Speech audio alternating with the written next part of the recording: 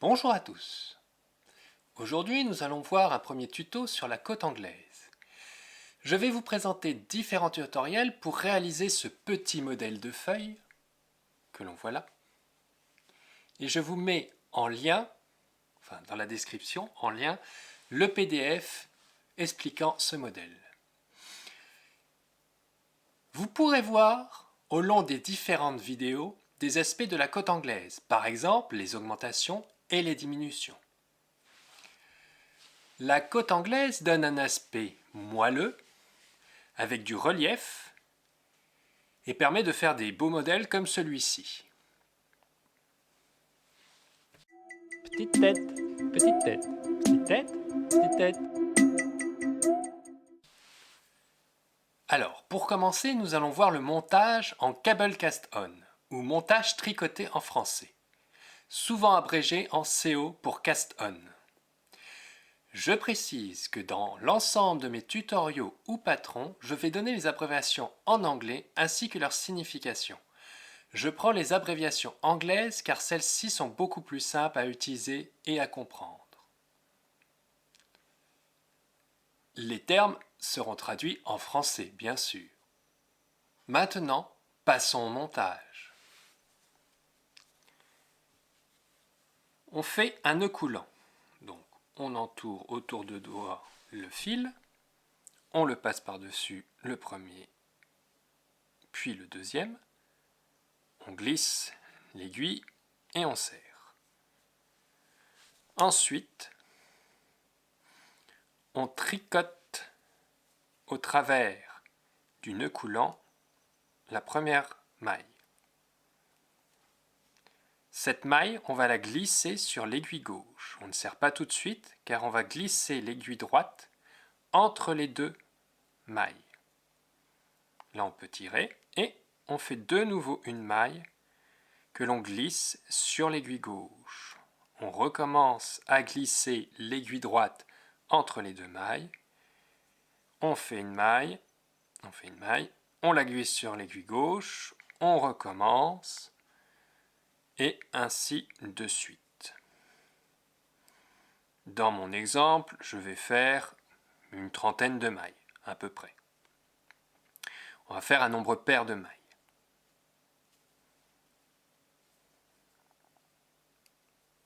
Donc, on arrive à notre 30e maille, et là, on passe la dernière, on glisse et on serre, et là, on a nos 30 mailles de montée, ou X mailles selon ce qu'on veut monter. Donc voilà, ça fait un montage propre. Normalement, les cotes anglaises doivent être montées sur un nombre pair de mailles, mais on peut aussi faire sur un nombre impair. Nous verrons cela après. Une fois votre nombre de mailles monté, il faut faire les deux premiers rangs qui sont un peu spéciaux. Ensuite, les rangs suivants seront des répétitions des rangs 3 et 4, sauf en cas d'augmentation et de diminution. Le premier rang est une alternance de K et de YFSLIO. Qu'est-ce que cela veut dire? K veut dire knit ou tricoter à l'endroit. YFSLIO veut dire yarn front, slip, one, yarn over. En gros, passer le fil devant, glisser la maille une fois, glisser une maille, et faire un jeté par-dessus cette maille glissée. Donc on va voir cela tout de suite. Donc on tricote la première maille, c'est une maille lisière, donc on s'en occupe pas vraiment. Donc hop. Ensuite, on a dit qu'on faisait des alternances de K, donc de tricoter en maille endroit, et de YFSLIO. Donc on passe le fil devant, on glisse la maille, on fait un jeté, puis on tricote de nouveau.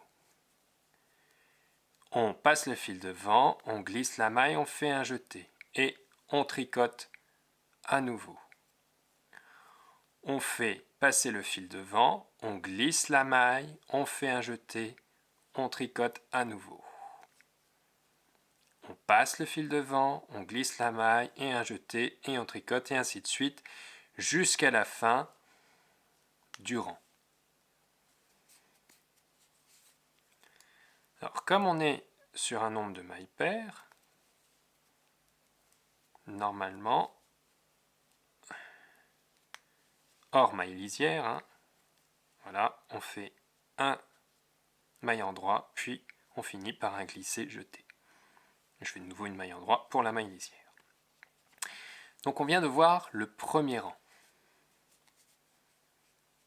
On va s'occuper du deuxième rang. Le deuxième rang, c'est une alternance de BRK et de YFSLIO. Qu'est-ce que ça veut dire BRK? BRK, c'est Brioche Knight, ou tricot à l'endroit d'une maille briochée. Et le YFSLIO, on l'a déjà vu juste avant, c'est le fameux glisser-jeter. Donc on va voir le BRK. Donc la maille lisière, on ne s'en occupe pas. Ici, on peut voir que sur le rang précédent, on a un jeté et la maille qu'on avait glissée. Et bien, le BRK, ça consiste à tricoter ces deux mailles ensemble comme une maille endroit. La maille suivante, on la prend, on la glisse et on fait le jeté. On a de nouveau un jeté et une maille qu'on va tricoter ensemble. On glisse. Donc là encore, quand on va arriver au bout du rang, on finit sur un BRK et un YFSLIO. Parce que, puis la maille lisière. Parce qu'on est avec des côtes sur un nombre impair de mailles. Donc maintenant, on va voir les rangs 3 et 4 qui vont être des répétitions, puisque les rangs 1 et 2 sont en fait une initialisation, on initialise la côte anglaise. Et les rangs 3 et 4 sont les répétitions de ce qu'on fera à l'avenir. Alors, le rang 3, c'est aussi, dans notre cas, une alternance de BRK, YF, SLIO. Donc, on reprend ce qu'on a vu. On fait un BRK, un YF, SLIO. Le BRK, je rappelle, c'est la maille jetée et la maille glissée, tricotées ensemble à l'endroit. Et le YFSLIO, c'est on passe devant, on glisse la maille, on fait un jeté. Donc là, rien de plus à faire, on va jusqu'au bout du rang.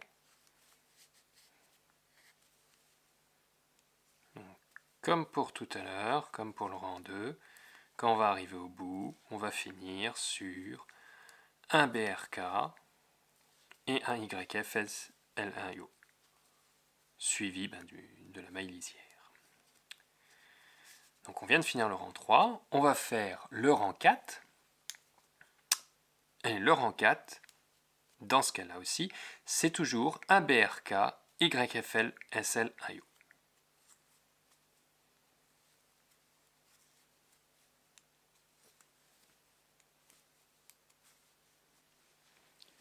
Donc avec ça, vous allez pouvoir faire de la côte anglaise. Et voilà à quoi ça ressemble sur des plus longues distances. Et on voit bien que c'est réversible des deux côtés. Alors, vous pouvez voir que les rangs 3 et 4 sont identiques au rang 2. Alors, pourquoi j'ai dit que la suite est une répétition du rang 3 et 4? Déjà, dans le cas d'un nombre impair de mailles, nous avons une différence induite par le décalage. Ensuite, quand nous ferons de la côte anglaise bicolore, les rangs 3 et 4 seront vraiment différents des rangs 1 et 2 et du rang 2. Il est donc plus simple d'avoir toujours la même logique pour toutes les côtes anglaises. Comme je l'ai évoqué avant dans le cas des côtes anglaises sur un nombre de mailles impair, nous avons une différence qui se résume comme suit. Premier rang, on aurait une alternance de K YFL celle 1 IO jusqu'à une maille avant la fin. Et la dernière maille serait un K. Dans le deuxième rang, nous commencerions par un YFL SL1 IO, puis répétition de BRK et nous finirions sur un YF SL1 IO. Le rang 3 serait une alternance de BRK, YFL SL1 IO et une maille avant la fin, nous aurions un BRK à faire. Le quatrième rang serait une alternance de YFL-SL1 IO et de BRK, et une maille avant la fin, on aurait un YF-SL1 IO. Donc on voit qu'il y a un décalage de une maille du fait qu'on est en nombre impair. Et donc on se rend bien compte que les rangs 3 et 4 sont différents. Certes, le rang 4 et le rang 2 sont identiques dans ce cas-là, mais ça ne sera pas le cas dans le cas de la côte anglaise bicolore. Dans la prochaine vidéo, nous verrons les augmentations. Celle-ci devrait sortir la semaine prochaine. Je vais essayer de produire une vidéo par semaine. Merci de m'avoir suivi. Si vous avez aimé, un petit pouce bleu. Abonnez-vous. N'hésitez pas à commenter. À la prochaine. Bye!